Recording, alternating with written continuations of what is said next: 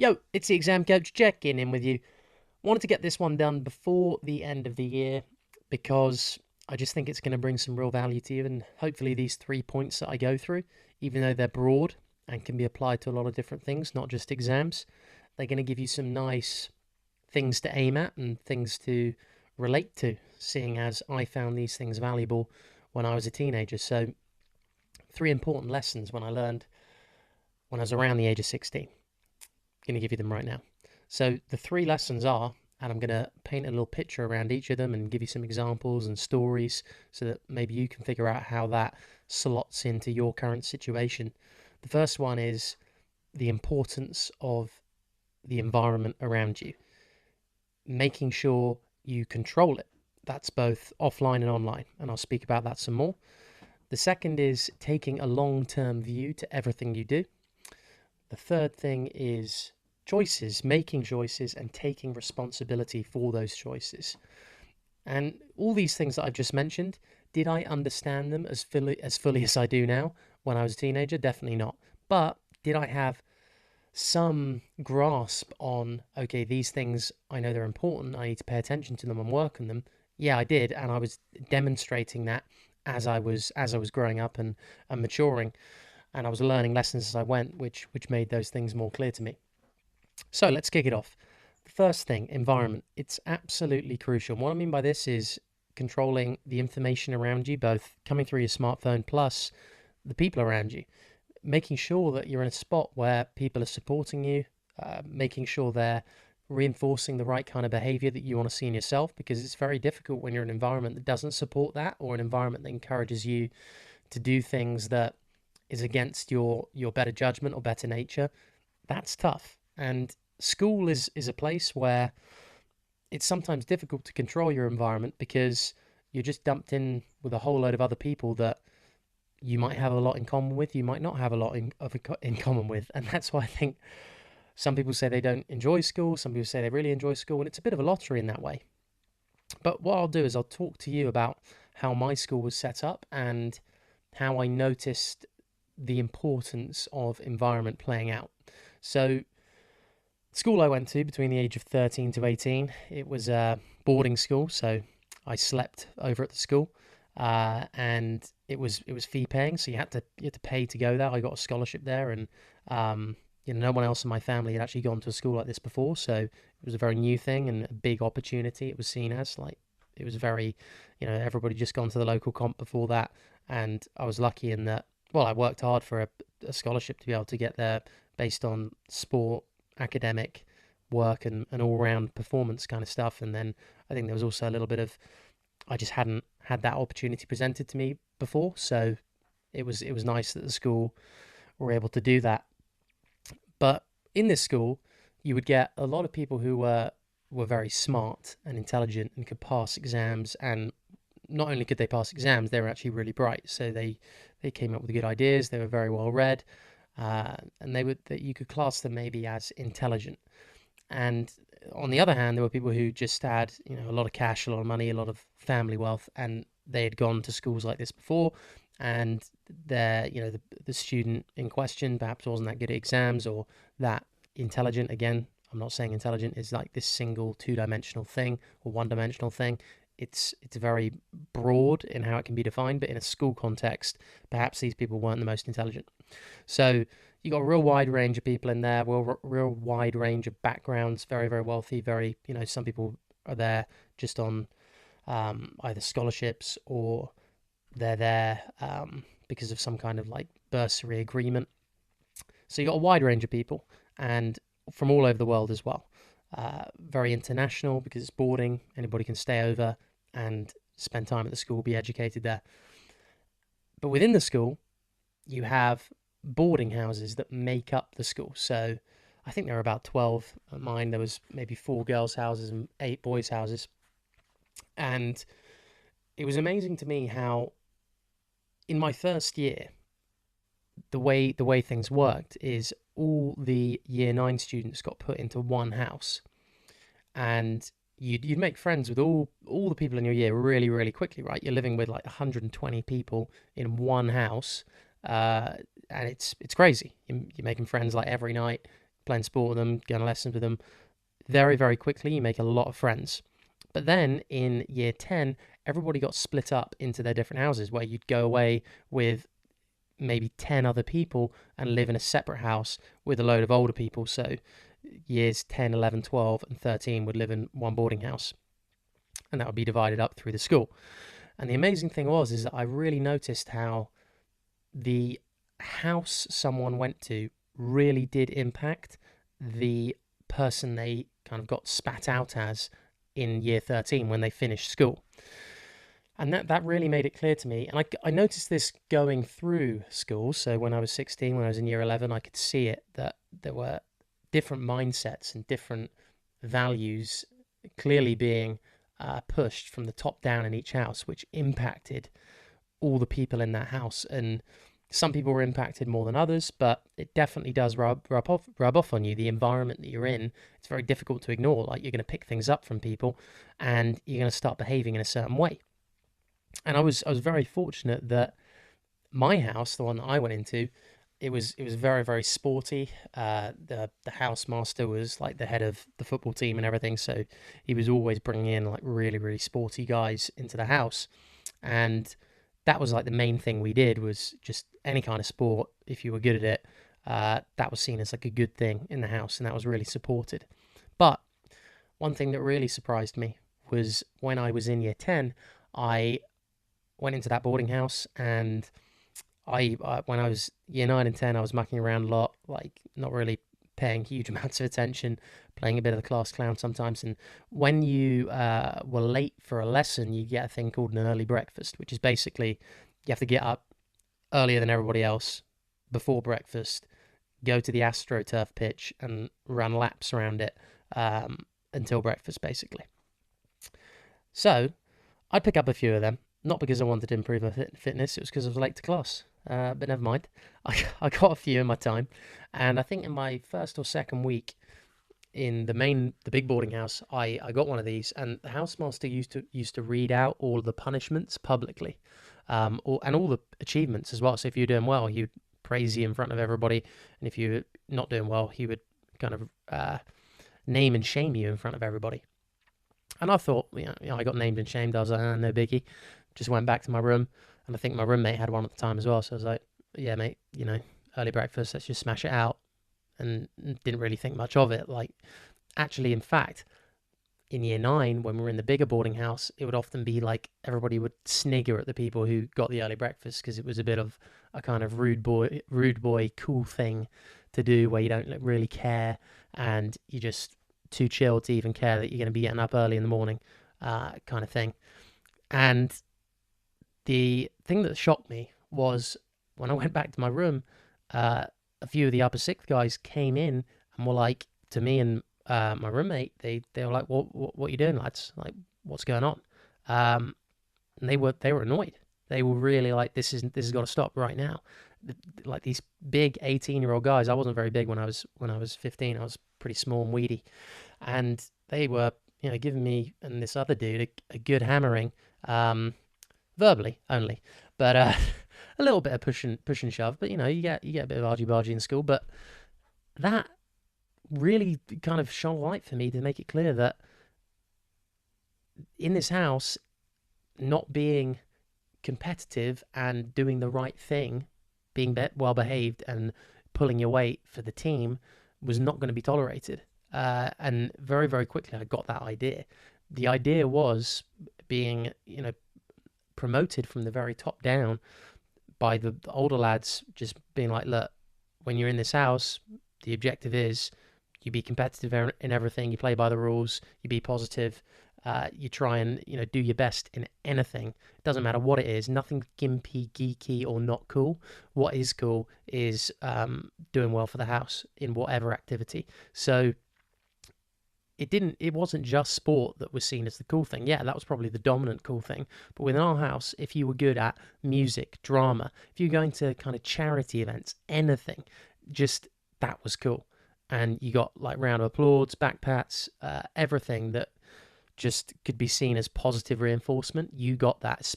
Even academic work was huge. We regularly topped the academic tables because we were just insanely competitive about it and just wanted to win. And I know this sounds a little bit like elitist, maybe if you look at it from a negative point of view, but you got to look at the positives as well. That it made everybody in the house really think, okay, what can I do to be part of this team and pull my weight? And it really made me understand that environment is crucial. There's no right or wrong in terms of what is and what isn't cool, what is and what isn't popular. It all depends on where you're at and the people that you're put in with. It's so important to understand this because if you're currently at school and maybe it's not cool to work hard, you've got to understand that there is going to be a pocket of people somewhere in another school or even in another class that are reinforcing positive behavior in each other and lifting each other up and getting the best out of each other. And once you understand this, you can start to take control of your own environment a bit more, even if it isn't, as I was just lucky to have, even if it isn't massively supportive around you. If you can put yourself in a supportive environment, and there must be some people in your school who, are positive, like-minded in that they just want to do well and try and be the best they can be in whatever they try, and not be negative or take the easy route the whole time or kind of undermine anyone who's just trying to improve themselves in whatever field. You got to find the people who are positive and get around them, like spend time with them, because it really, really does make a difference to you in every area of life. And it will just make you happier as well. You'll be doing more of what you do and you'll feel what you want to do, and you feel like you're making progress in it. You feel like you're growing, which is a great feeling in whatever you want to do. I think another area that I did start to work on a lot more when I was around the age of 16 was online. You can create your own environment that not many other people see. In fact, hardly anyone sees, just you really, because you're the only one who has access to all the online stuff, and you're doing the searches and allowing things to come in and influence you and shutting other things out. But if you can't control your offline environment that much, so if there aren't that many people around you who are positive, you can 100% without a doubt do this online. You can follow people who are positive, who are going to give you good insights, tips, going to make you feel good about yourself, make you feel good about the small wins, make you feel good about just trying stuff, even if you're not great at it. Just give it a go. Like, what have you got to lose? Nothing. You're 15, 16. You're literally starting out. And I'll talk about this more when I get onto the second point of the long-term view. But it's so important that on your smartphone, if there's stuff that you think might be having a negative impact on how you view yourself or how you view your own progress or the things that might be important to you at the moment in order to get you moving forward and making some progress, you've got to block that stuff out. And you've got to look for stuff and find people online. It could be an account on Snapchat that you follow. It could be an Instagram page that inspires you every morning. It could be a YouTuber that just does some really nice videos on actionable things that you can do every day to just make your day a bit easier or build a new routine, or it could teach you a new skill. Whatever it is, start looking at that stuff. Start educating yourself online, dictating your online environment, because it does have a massive impact on how you think day to day. How do I know this? How have I seen it? Well, it's self-experimentation. I've seen when I've looked at stuff that I know isn't that healthy for me, I definitely feel a little bit more low. I don't have as much energy. I don't want to try stuff. I don't want to be as outgoing as I would like to be. And the other thing is the work I've done, the industry that I've worked in for the last 2 and a bit years, specifically for the advertising agency VaynerMedia. Advertising, there's a reason why there is so much money spent on advertising. Look at Google and Facebook, two of the wealthiest companies in the world. They are their business model is advertising. That's what it's about. It's about, okay, let's provide an awesome service that allows people to access some kind of information. Google's is search. It's the encyclopedia online, an incredibly useful resource. Facebook allows you to connect with anyone in the world in a social way. But within that, they've got to make money, right? Because those two things don't make money on their own. What makes money is being able to give brands, companies, people who are going to sell you stuff, opportunities to advertise to you whilst they're looking at the screen. Because people know that when you're searching for stuff or on social media, your eyeballs are on the screen, meaning you're going to see their ad. And that is going to have an impression on you and affect your buying propensity or what you're going to purchase in the future, basically. And it's so important to understand that the impact of advertising and why money keeps on getting spent on it is because it works. And if you want one final piece of evidence that's going to hammer the nail in the coffin, if you like, look at Amazon. They are the wealth. I think they're the first $1 trillion company. It was mentioned earlier in 2018 that they were the first $1 trillion company. You look at that company though. What are one of the key pillars that they're focusing on at the moment for 2019? If you look at any kind of media about them, blog post, report, it's their advertising business that they are focusing on hugely. The online advertising on their e-commerce platform is really being cranked up because they know that it's a huge opportunity to get a lot of income and revenue in because people will pay for that because they know it works. Okay, you've got to be patient with it and serve ads to people over an extended period of time, but it will influence what they're going to buy and their behavior. So I'm going to leave environment like that, but if you have any questions, please let me know. Snapchat and WhatsApp's the best place to ask. I hope that added value, just that first point. Let's move on to the second point. So the second point is taking the long-term view to everything. Everything is an experience. Now, this point I had repeated to me many times when I was 13, 14 by my dad. So my dad was great in that he any sports game or any sports event I was in, and I was all right at sport. I wasn't amazing. I was okay. I did a lot of different sports. I never really specialized in one. I just liked doing it because I was quite energetic and I was quite competitive. So I liked testing out my abilities there, and it was just something to do, I suppose. But he'd come along and he'd always say whether I won or lost, everything's experience. You just say, just put that one down to experience, even if I won, even if I lost. It didn't matter. So, for example, I used to run I did a lot of like 1,500 meters track running. That was something that if I specialized in anything, that was something that I did a lot between the age of about 11 to 14 maybe. And I won a few quite big races actually, at like national school level, but I lost a few as well. And I was a pretty sore loser and I had to learn how to lose better, which I eventually did.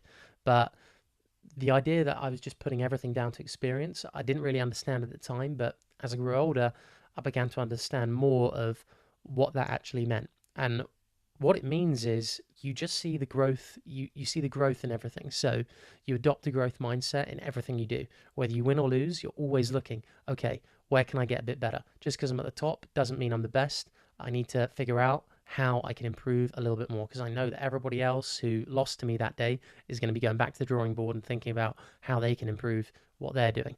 Likewise, if you didn't win that day, you got to look at, okay, be honest with yourself, take responsibility. Where did I not put in the work? Where did I go wrong? What can I learn from next time?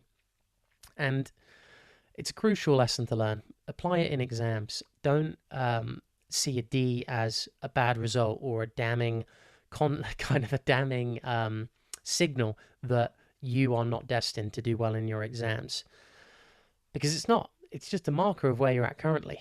And to be honest, getting a D, you're in a great spot because you've got a lot of white space to run into. You've got C, B, A to hit for or aim at, and you've got the whole kind of field ahead of you. You just got to figure out, okay, what am I doing right now? What's worth a D? What's worth a C?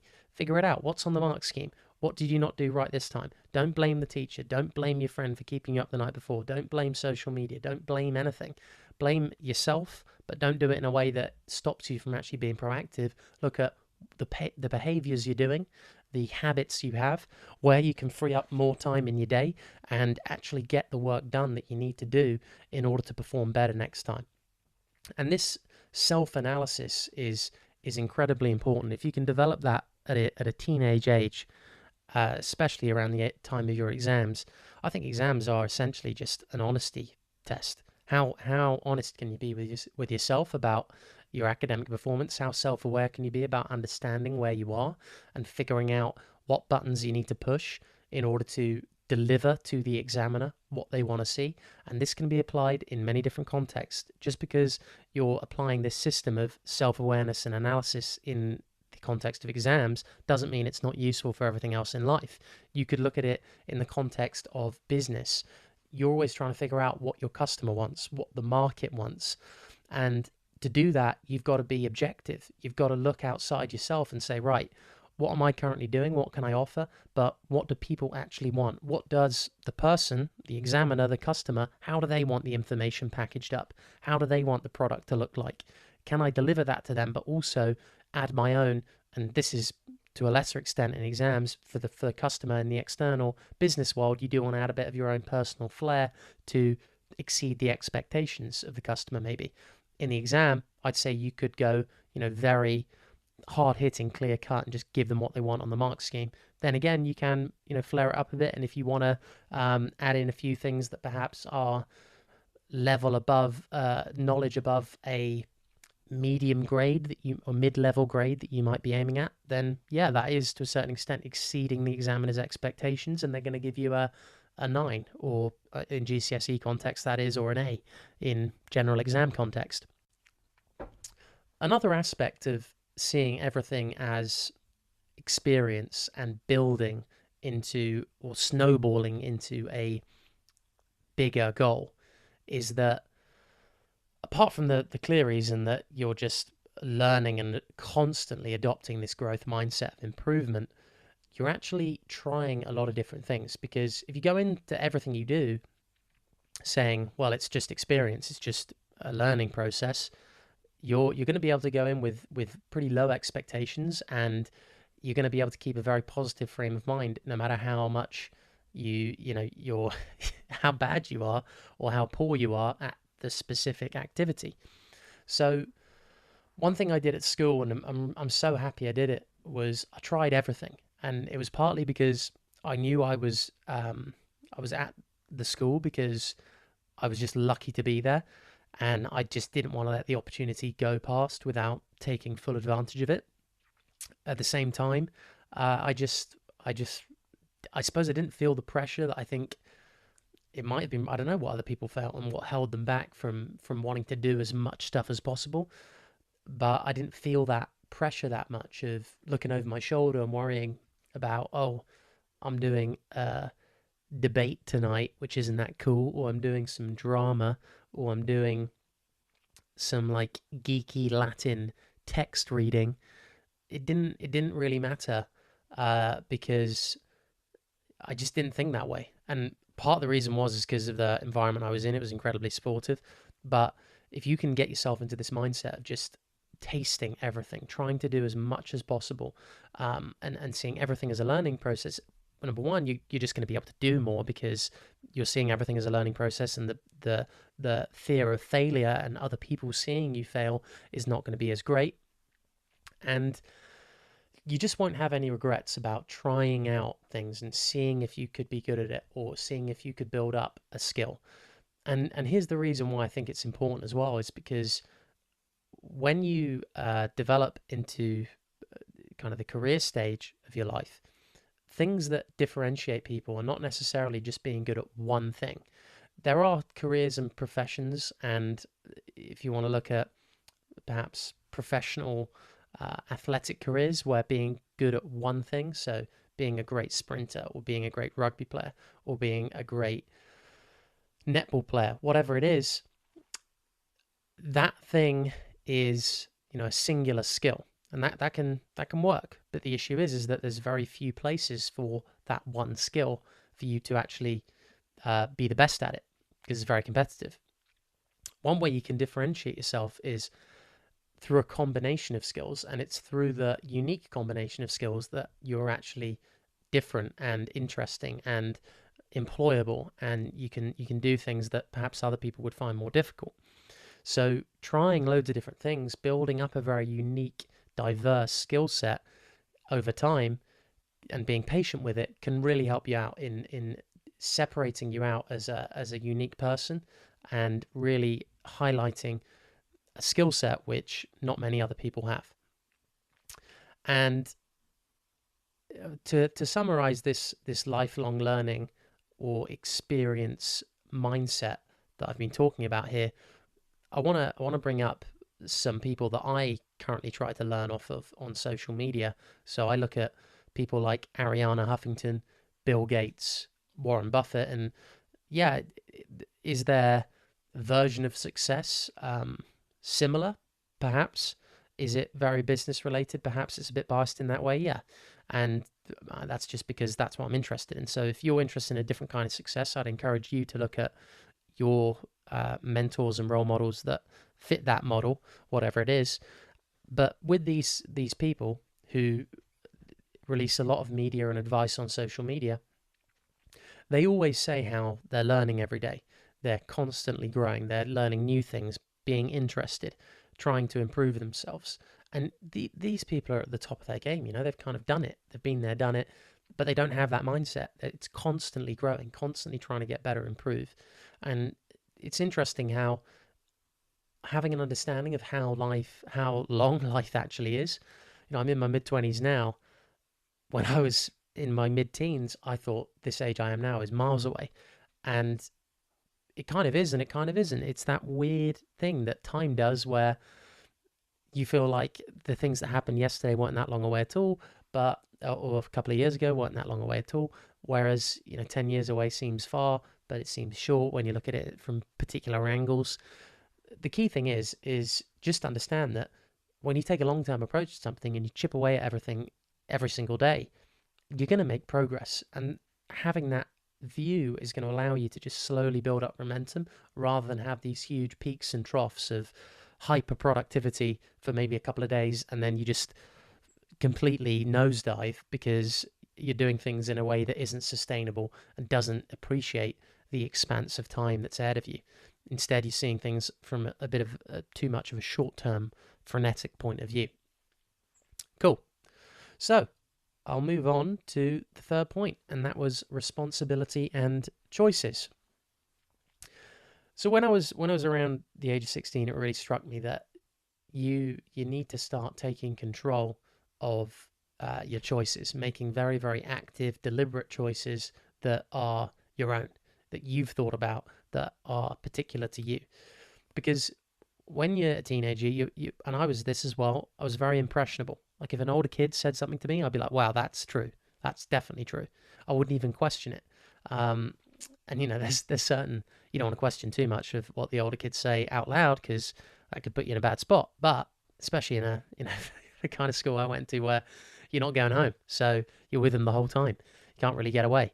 But you definitely want to have this questioning mentality where your internal dialogue always looks at things objectively, looks at things from a rational point of view. Is there evidence to support that point of view? Can I see that empirically happening around me? Can I really identify it and say, okay, that is true. I can see that with my own two eyes, and I've had a look at the evidence, how it works, and it really does seem that that particular opinion or that way of doing things works.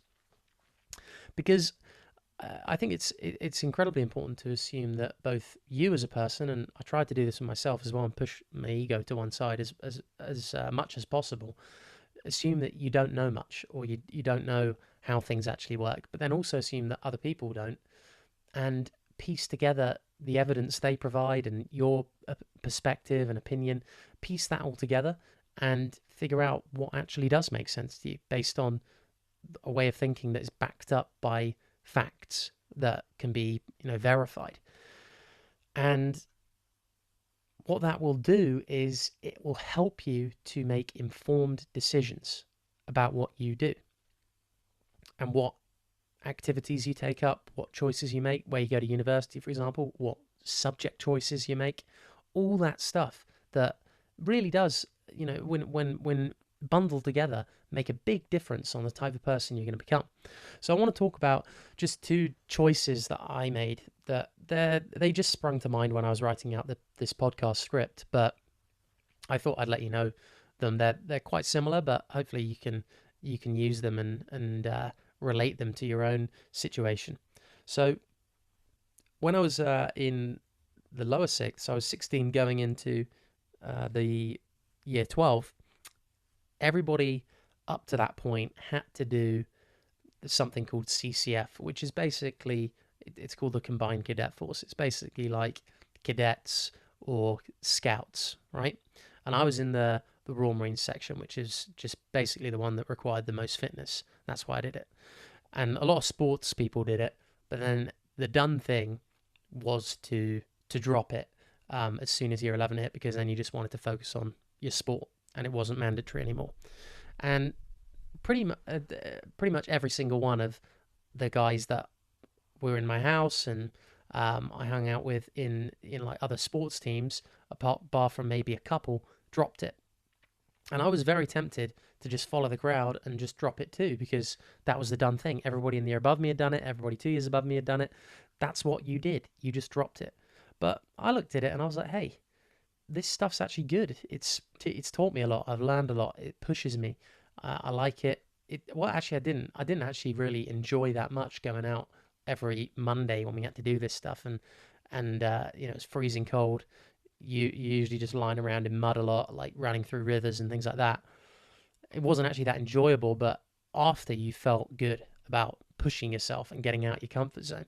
And I did one thing that was really awesome, and I always use this as a reference point to measure kind of any kind of pain or discomfort I'm going through against. And it was the we went down to the Royal Marines training base at Lympstone near Exeter and did the whole assault course.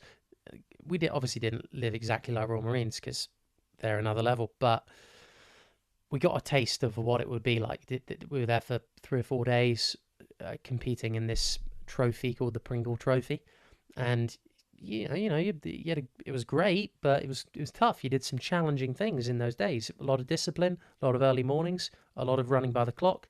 It was good, and having that reference experience of, wow, these people are doing this day in, day out, show a bit of discipline in your day to day work. It's a great reference experience to have, and I'm thankful that I had it, that I did that. And the reason I got to do that was because I made a great choice.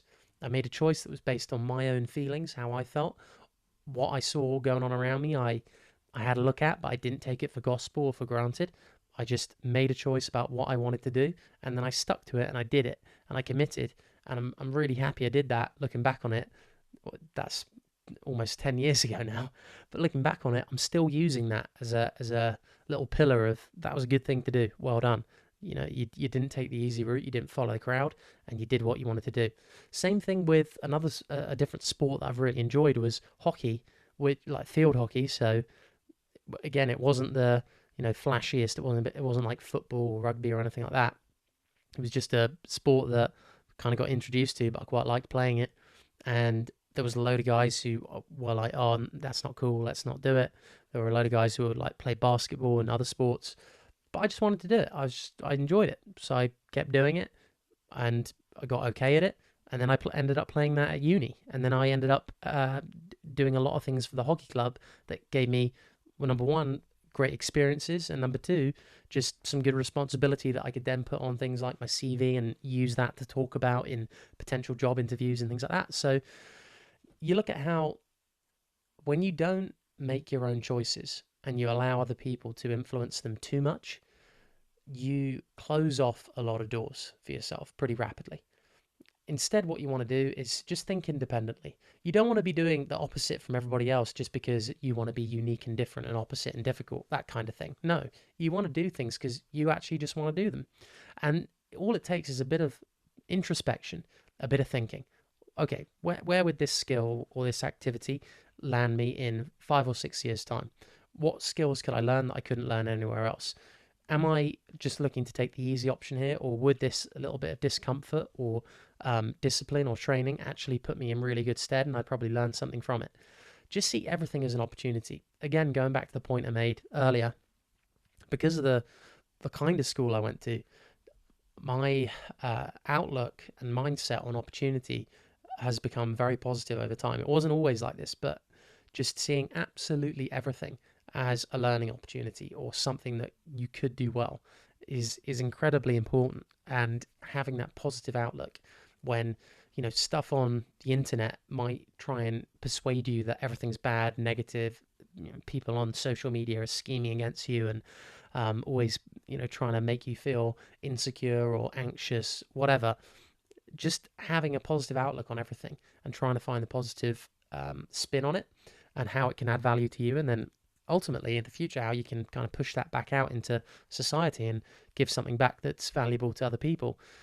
It's a really, really useful mindset to have.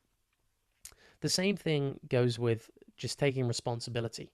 Take responsibility for the choices you make. Accountability really does put you in a powerful position to own your wins and your failures. I've had a lot of failures. For example, I applied for Oxford University. I didn't get it. I got a couple of interviews, but I just wasn't good enough. They didn't decide to pick me. I didn't get picked. Okay, that's fine. Just get on with it. Figure out how the next chapter, whatever you're going to do, you're just going to power on, and you're not going to think about what that could have been. It's fine. Like, you didn't get it. Just go and do the next thing. And that applies with everything that you do. So throughout this year, if there's certain things where you don't get a certain mark, fine. How can you improve that? What can you do to make it better? How can you really spin out of the situation and find a positive vibe and angle to take on it that's going to put you in good stead moving forward into the future? The same thing, you look at, just another example that I'm looking at here at university, I spent a lot of time editing videos for a company that I work for, and that's how I earned money when I was at uni. Did I spend too much time doing that? Maybe. I a lot of the time, actually, I remember in my second year, just thinking about it now, I I wouldn't go to university lectures pretty regularly. I mean, I'm not encouraging you to do this when you go there. I'm encouraging you to get value out of your money, because I think the fees are high for the value that they give you, depending on what course you're taking. I was taking history. In my third year, I had 5 hours of contact time a week, which is really, really low. My second year, I had about 7 or 8. But I remember in my second year, I was going maybe 3, 4 weeks without even going to a lecture.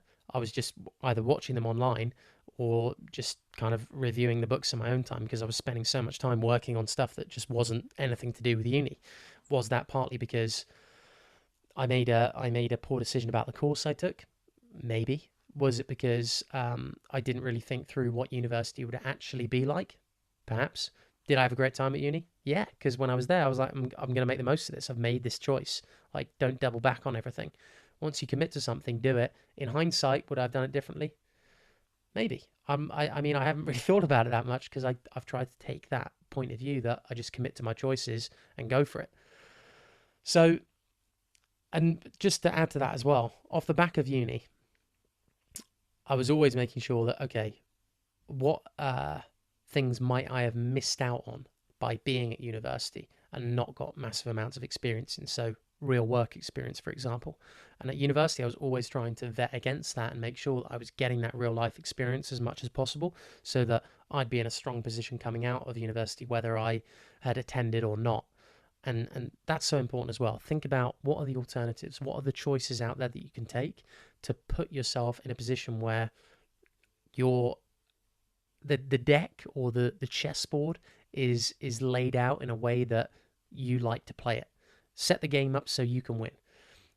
Anyway, I'm gonna stop rambling there. I've cracked on with this one.